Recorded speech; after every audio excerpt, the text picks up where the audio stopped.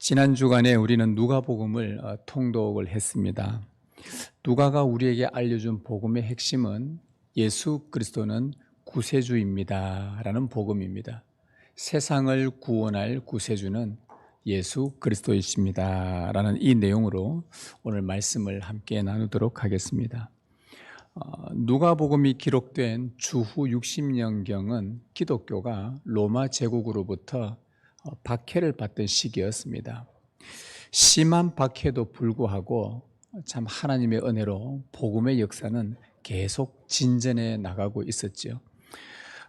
그로 인해서 예루살렘뿐만 아니라 이 복음이 이방 땅까지도 로마 제국이 다스리는 이방 땅 곳곳에도 이 복음이 들어갔고, 그곳에서 이 복음을 따라 살고자 하는 예수 그리스도의 공동체, 예수님을 머리로 하는 그 공동체들이 곳곳에서 생겨나기 시작했습니다.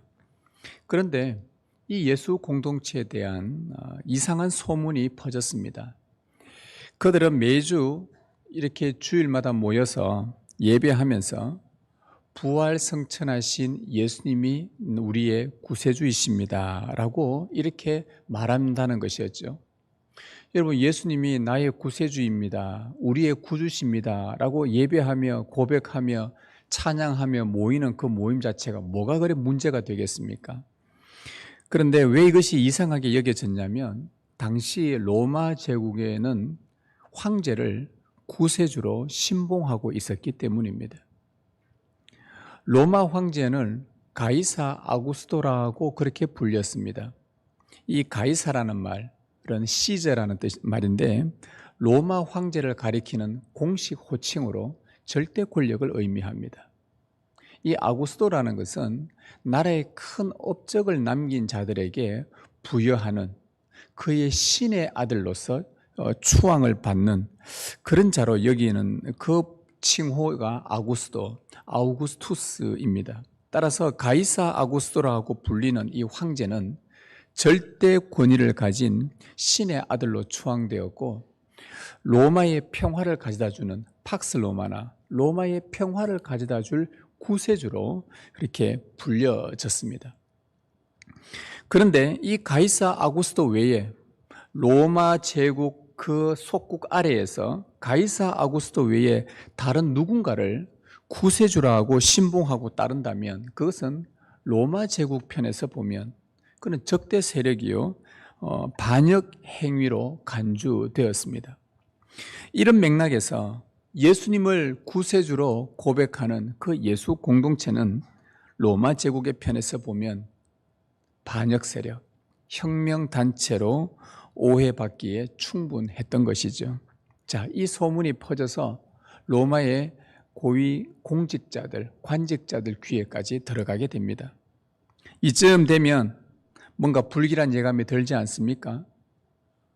황제가 구세주인데, 예수가 구세주라고 하는 그런 소그룹 곳곳의 모임들이, 그것도 얼마나 긴밀하게 이들이 연결되어 있는지 로마 제국 전역에 곳곳에 퍼져 있으면서 이들이 예수는 우리의 구세주다라는 이러한 것들이 공직자들 귀에 들어갔다, 황제의 귀에 들어갔다, 이것은 아주 위험한 상태라는 것을 우리는 어느 정도 감지할 수가 있습니다.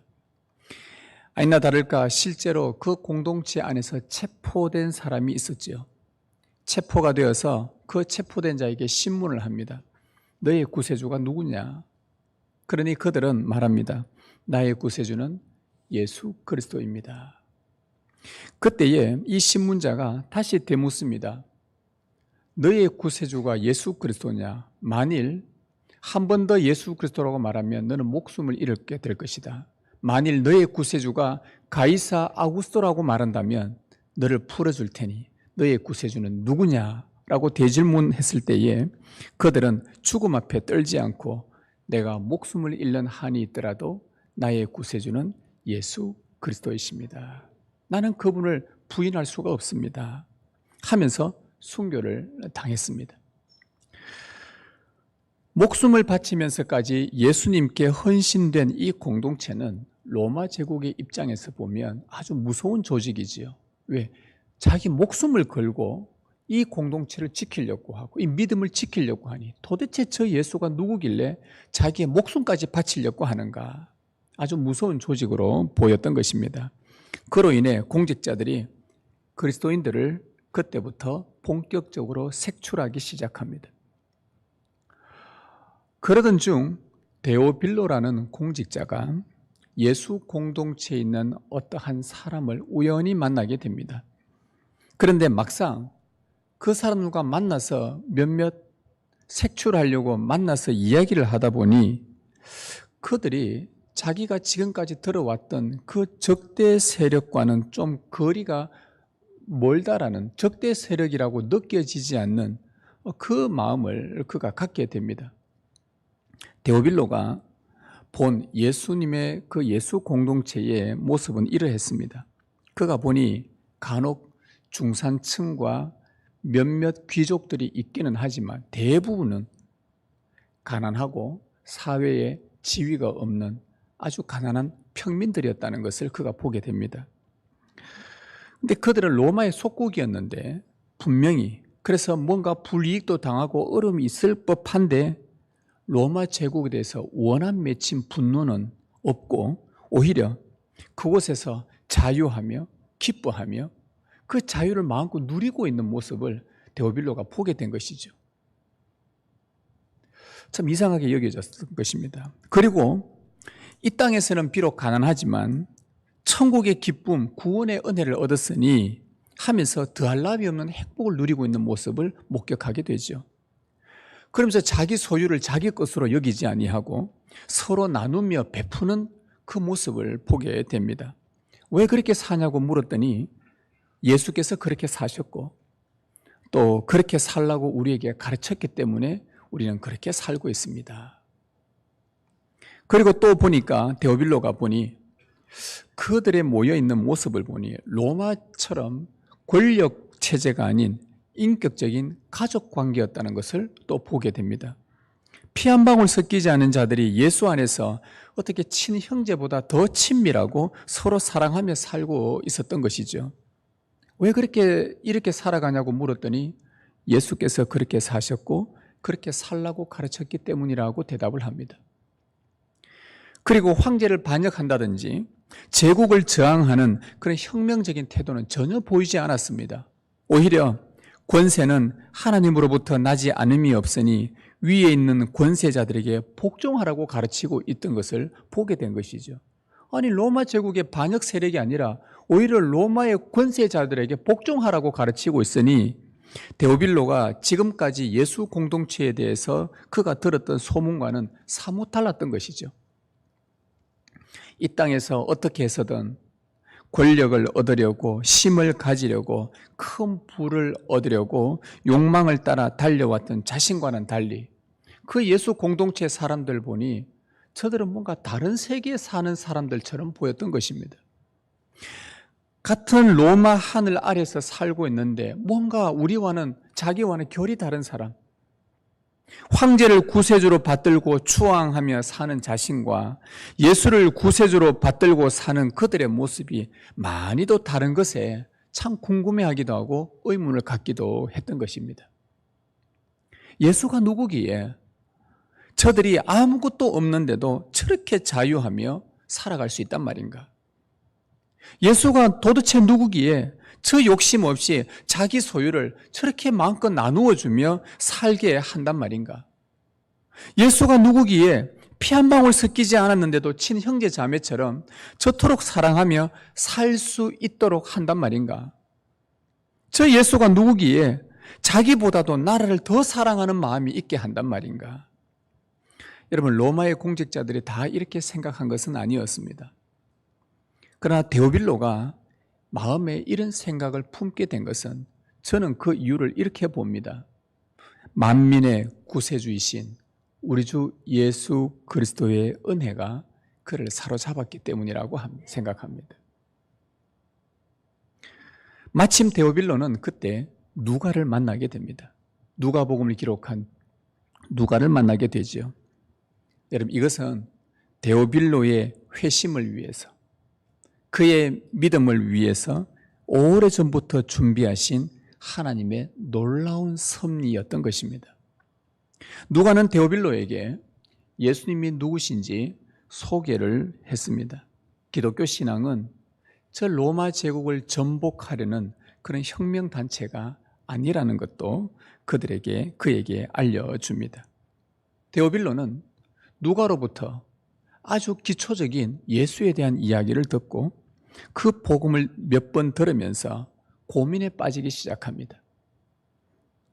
황제를 구세주로 칭송하며 충성하던 것을 내려놓고 예수를 구세주로 받아들이는 것은 로마의 공직자로서는 결코 쉬운 일이 아니었기 때문입니다.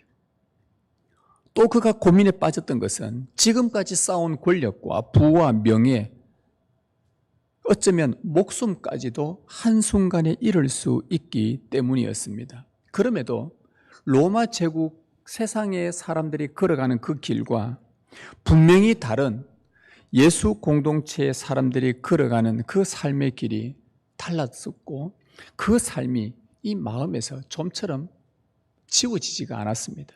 계속 기억에 남았던 것이죠. 누가는 데오빌로에게 그의 회심과 믿음을 위해서 효과적으로 도와야 되겠다라는 성령의 충만한 감동을 받게 됩니다. 그래서 누가가 데오빌로에게 헌사하기 위해서 기록한 책이 누가복음입니다. 누가복음 오늘 읽었던 1장 3절 4절에 보면 그 모든 일을 근원부터 자세히 미루어 살핀 나도, 즉 누가가 말합니다. 나도 데오빌로 각하에게 차례대로 써보내는 것이 좋은 줄 알았노니 이는 각하가 알고 있는 바를 더 확실하게 하려 함이로라. 지금까지 말로 전했던 예수님의 이야기를 글을 써서 데오빌로에게 전달해주고, 그러면 그가 그것을 틈나는 대로 읽을 때마다 믿음의 교리를 더욱 확실하게 하려는 성령의 인도하심이 누가에게 임했던 것입니다. 그래서 누가는 성령에 감동되어서 데오빌로를 위해 누가복음을 기록을 하지요. 여러분, 하나님의 구원 역사가 참으로 놀랍지 않습니까?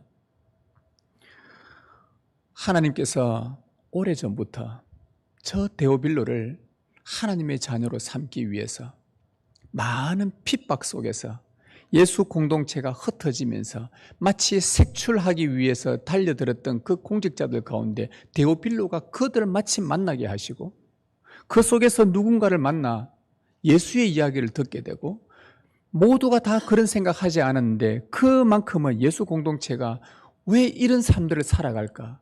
도대체 이들은 무슨 이유로 이렇게 살아갈까? 예수란 존재가 누구기에 이들은 이 삶을 이토록 고집하며 걸어가고 있는 것일까? 그런 마음이 들도록 모든 일들을 역사하시고 섭리하신 분이 하나님이셨다는 것. 가난한 자든 부유한 자든 신분이 낮은 자든 공직자든 고위공직자든 하나님께서 뜻하시고 은혜를 주시면 누구나 복음을 받아들이도록 일하시는 하나님의 섭리, 정말 참으로 놀라운 일인 것입니다. 이것이 우리 하나님의 역사이지요. 그래서 누가는 이 가이사 아구스토와 예수님을 대조하면서 이 데오빌로에게 누가 만민의 구세주인지 그를 위해 글을 쓰기 시작합니다. 그는 이렇게 시작을 합니다. 누가복음 2장 1절에서 7절, 오늘 읽은 말씀인데요. 그때에 가이사 아구스토가 영을 내려 천하로 다 호적하라 하였으니 이 호적은 구레뇨가 수리아 총독이 되었을 때에 처음 한 것이라. 모든 사람이 호적하러 각각 고향으로 돌아가며 요셉도 다윗의 집 족속이므로 갈릴리 나사렛 동네에서 유대를 향하여 베들레헴이라 하는 다윗의 동네로 그 약혼한 마리아와 함께 호적하러 올라가니 마리아가 이미 잉태하였더라. 그가 거기 있을 그때에 해산할 날이 차서 첫 아들을 낳아 강보로 싸서 구유에 뉘었으니 이는 여관에 있을 곳이 없음이러라. 누가는 데오빌로에게 가이사 아구스토와 그 예수가 둘 중에 누가 참 세상의 구세주인지 그는 알려주기 시작합니다. 호적하라는 칙령에 모든 사람을 움직이게 할 수 있는 절대 권력자 가이사 아구스도를 제일 먼저 기록을 딱 합니다. 그것은 데오빌로의 입장에서는 당연했거든요. 왜? 지금까지 가이사 아구스도는 절대 권력의 황제로서 신의 아들로서 무슨 명령이든 모두가 다 움직이게 하는 그 권력자였기 때문에 데오빌로는 지금까지 그렇게 알고 있었습니다. 그런데 또 한편으로 누가는 반면에 그 명령에 예수를 임신한 마리아와 남편 요셉이 고향 베들레헴으로 가서 거기서 예수님을 낳는 이야기도 같이 기록을 합니다. 자, 여러분 한번 생각해 보십시다. 누가는 이 둘을 일부러 대조를 합니다. 명령하는 가이사와 명령에 따르는 예수님. 여러분들이 액면으로 볼 때 누가 권력자입니까? 명령하는 자와 그 명령을 듣고 따르는 자, 누가 권력자라고 여러분 생각하십니까? 그러나 누가는 예수님이 탄생하기 전부터 그분이 누구신지를 밝혀주셨습니다. 천사가 대답하여 이르되 나실 바 거룩한 이는 하나님의 아들이라 일컬어지리라. 데오빌로에게 이것을 기록해서 그에게 전달해 줍니다. 천사가 마리아에게 나타나서 태어날 예수님 그분이 누구냐 하면은 그분은 거룩한 분이신데 지극히 높으신 신의 아들, 하나님의 아들이라고 데오빌로에게 알려준 것입니다. 이것을 증명이라도 하듯 3장에서는 예수님의 족보를 이렇게 기록합니다. 사람들이 아는 대로 예수는 요셉의 아들이니, 많은 사람들이 그렇게 알고 있었지요. 예수는 요셉의 아들이다. 그런데 그의 족보를 거슬러 가보니 요셉의 위는 헬리오, 즉 요셉의 아버지는 헬리오. 또 계속 가다 보니 3장 끝에 좀 가보면 그 위는 에노스요, 그 위는 셋이요, 그 위는 아담이요, 그 위는 하나님이시니라. 예수의 족보를 거슬러 가보니 그 예수의 아버지 계속 올라가다 보니 그분은 첫 인류 아담을 창조하신 하나님이셨다는 것을 보게 됩니다. 누가는 이것을 노골적으로 기록을 해놓지요. 누가는 데오빌로에게 말을 합니다. 당신이 알고 있는 가이사 아구스도, 그는 유한한 인간에 불과하며 언젠가 죽게 될 것이고 한 줌의 죄로 남게 될 것입니다. 그러나 반면에 예수님은 영원히 죽지 않는 진짜 신의 아들, 하나님의 아들이요, 죽었다가 부활 승천하여 지금 로마뿐 아니라 온 세상에 명령하시며 다스리는 하나님의 거룩한 아들이라고 과감하게 기록을 합니다. 지금 데오빌로 당신같이 잃어버린 자를 구원하시려고 만민의 구세주로 이 땅에 탄생하셨다는 것을 알려준 것이죠. 여러분, 호적하라고 명령하는 자가 마치 가이사 같고 명령하는 자가 세상의 권력자 같으나 여러분, 보이는 것이 전부가 아니라는 것을 우리는 알아야 합니다. 보이지 않는 곳에서 지금도 여전히 세상을 다스리고 계시고 권력자들, 온 세상의 통치자들의 마음을 지금도 움직이고 있어서 만민을 구원하시는 분은 하나님의 아들, 참 신의 아들 예수 그리스도이십니다. 누가는 데오빌로에게 예수님이 하나님의 아들이요 구세주라는 복음을 기록을 했던 것이죠. 여러분의 영혼과 삶의 구세주는 누구이십니까? 여러분의 구주가 누구이십니까?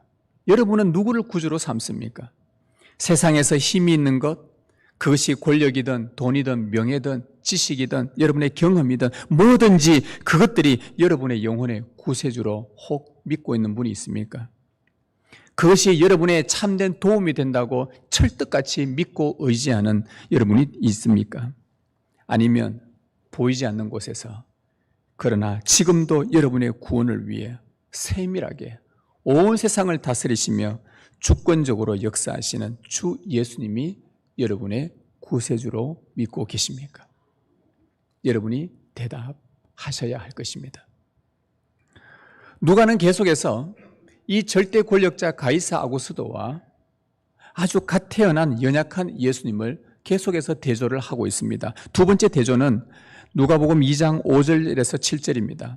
다시 한번 보시면 그 약혼한 마리아와 함께 호적하러 올라가니 마리아가 이미 잉태하였더라. 거기 있을 그때에 해산을 날이 차서 첫 아들을 낳아 강부로 싸서 구유에 누웠으니 이는 여관에 있을 곳이 없음이라. 여러분, 예수님은 태어나서 구유에 누웠습니다. 짐승들이 먹는 먹이통에 누웠단 말이죠. 그런데 가이사 아구스도는 황제의 아들로 태어나서 왕궁에 누워 있습니다. 아구스도는 이미 태어날 때부터 많은 고위 관료들과 귀족들로부터 탄생 축하와 환호를 받았지요. 여러분, 황제의 아들이 태어나면 모든 고위 관료들이 다 몰려들지 않습니까? 축하하고 선물을 갖다 주고 기뻐하고 환호하고 장래의 로마의 평화를 이룰 위대한 자로 그렇게 칭송을 받습니다. 그러나 그때 예수님의 태어났을 때는 누구도 관심 밖이었습니다. 심지어 태어나셨어도 작은 방 한 칸조차 머물 곳이 없었습니다. 가이사 아구스도와 예수님은 너무나 대조적으로 누가가 기록을 합니다. 여러분, 액면으로 보면 누가 세상의 구세주로 보이십니까? 높은 사람들로부터 칭송과 환호를 받은 가이사 아구스도가 구세주로 보이지 않습니까? 누가 봐도. 어쩌면 오늘 우리들도 누구를 구세주로 여길 것 같습니까?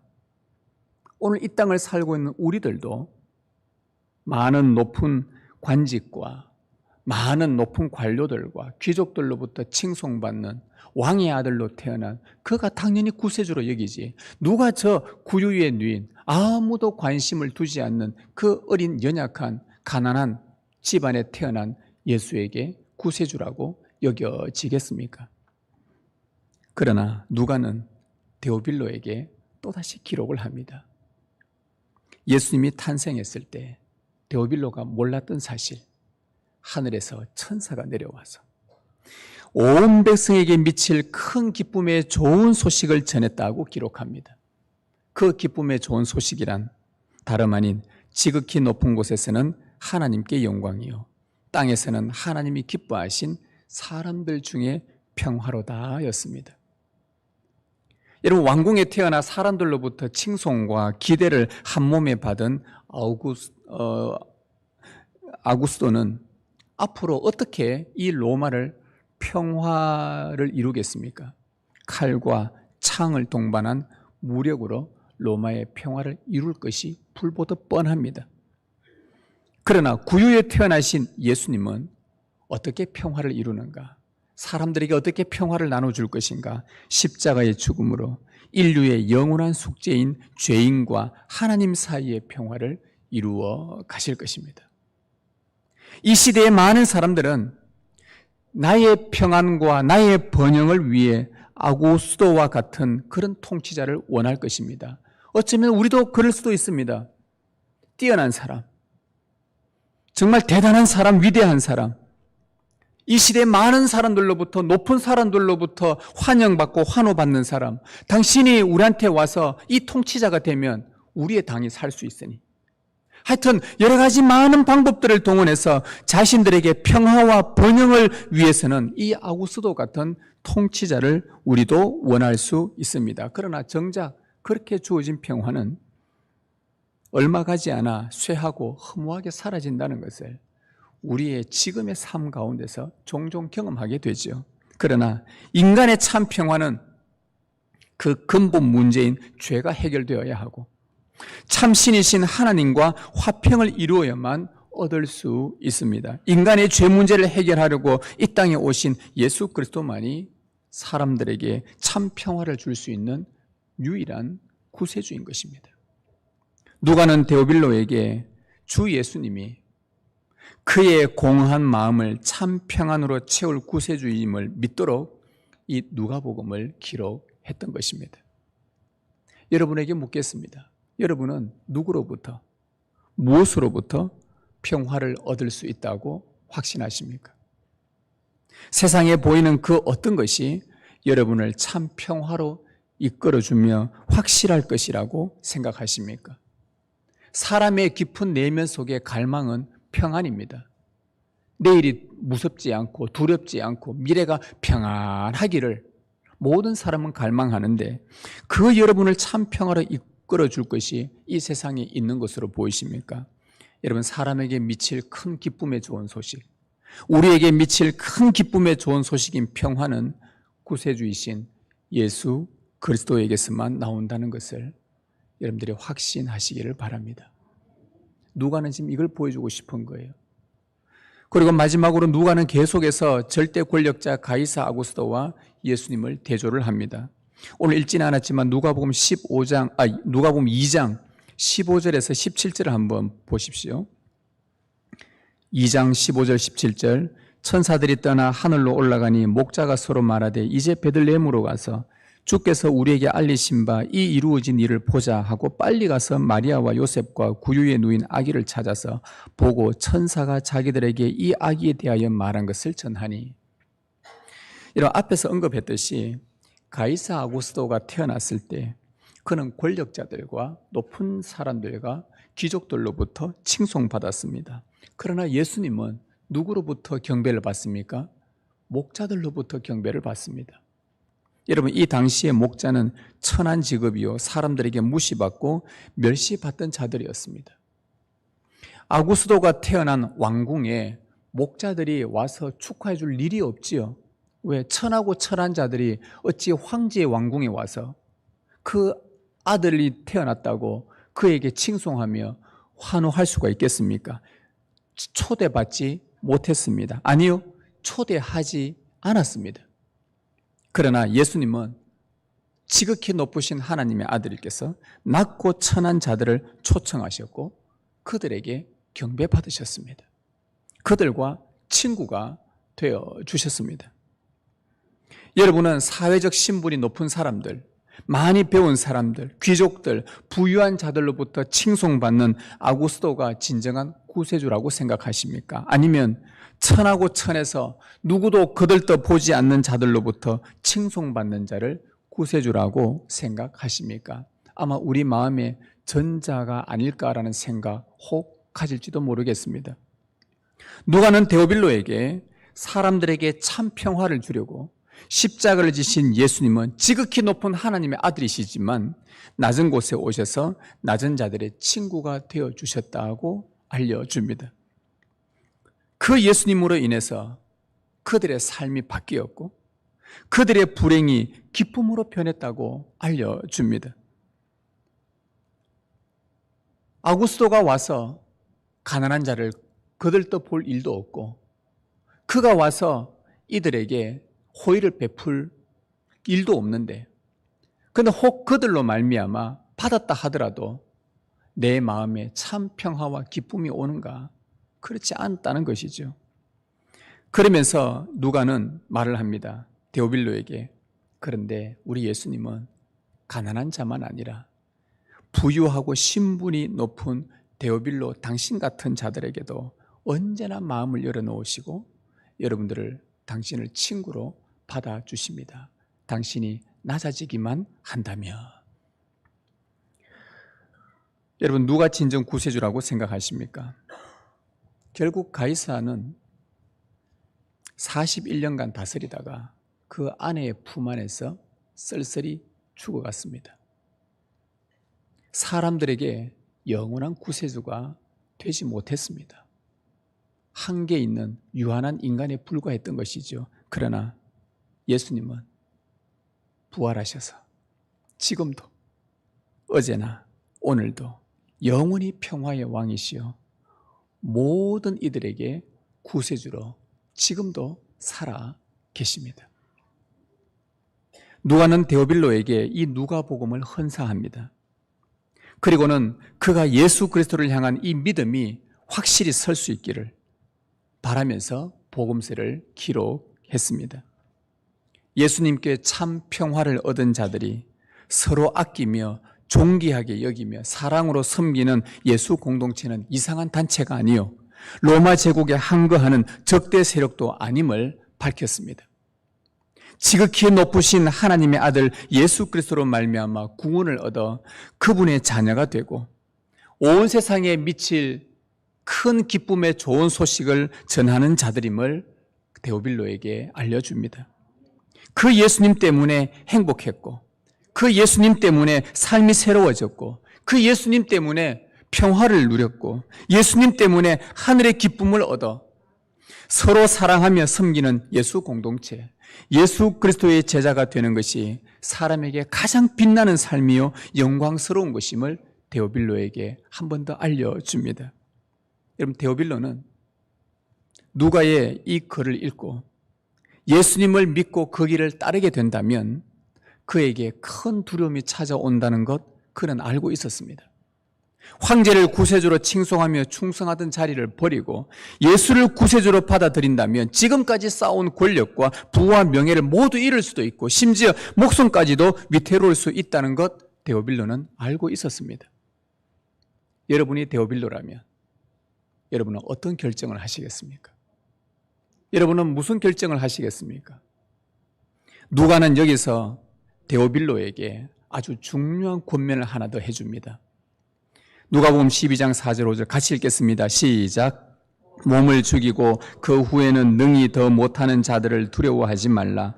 마땅히 두려워할 자를 내가 너희에게 보이리니 곧 죽인 후에 또한 지옥에 던져넣는 권세 있는 그를 두려워하라. 예수 그리스도를 선택하면 분명히 두려운 일이 발생할 것을 알고서 누가는 데오빌로에게 이 글로서 권면을 합니다. 이 땅에서 복음을 선택하고 믿음의 길을 살게 되면 분명 어렵고 힘든 위태한 상황, 심지어 목숨을 잃을 수도 있는 그런 상황에 처해지기도 합니다. 그러나 우리 주님은 단지 몸을 죽이는 자들을, 예수를 믿는다고 해서 우리를 신문하며 우리의 몸을 죽일 수 있는 그들을 두려워하지 말고 우리의 영혼을 지옥에 던져 넣을 수 있는 하늘의 하나님을 두려워하라고 누가는 데오빌로에게 좀 강력하게 권면을 하지요. 성도 여러분, 주님의 은혜로 예수 그리스도를 구세주로 여러분은 고백하셨습니까? 그렇다면 그 주님만이 유일한 구세주이심을 여러분 끝까지 믿으시길 바랍니다. 내 생명 다하는 그날까지 예수님만이 나의 구세주요, 나의 구주요, 내 영혼의 구주요, 내 몸의 구주요, 나의 모든 영역에 있어서 구주이심을 여러분 끝까지 믿으며 살아가시길 바랍니다. 여러분의 삶 가운데서 주님이 나의 구세주라는 것을 매 순간순간 확신하며 그렇게 살아가십시오. 예수의 길을 걸어가다 보면 초대교회 성도들처럼 때로는 비난받을 수도 있고 때로는 오해받을 수도 있고 때로는 의심받기도 하고 비방받기도 하고 억울한 누명 쓰기도 하고 죽을 것 같은 상황으로 내몰리기도 하고 두려움이 엄습해 오기도 합니다. 그러나 주 예수님이 여러분의 구세주라는 이 진리를 끝까지 붙들고 믿음의 길로 계속 주님의 길로 걸어가십시오. 근심하는 것 같으나 지나고 나니 내 속에 계속 기쁨이 솟아나고 있고 가난한 것 같으나 오히려 내 안에 있는 것들로 많은 사람들을 부유하게 하고 있고 아무것도 없는 것 같으나 모든 것을 가진 자처럼 살아가는 그런 여러분을 발견하게 될 것입니다. 하나님께서 우리가 걷는 이 믿음의 길을 인정하실 것입니다. 세상은 인정하지 않아도 하늘의 주가 되신 그분이 인정하면 되는 것 아닙니까? 예수님을 따름으로 찾아오는 그 어떤 시련도 여러분 두려워하지 않기 바랍니다.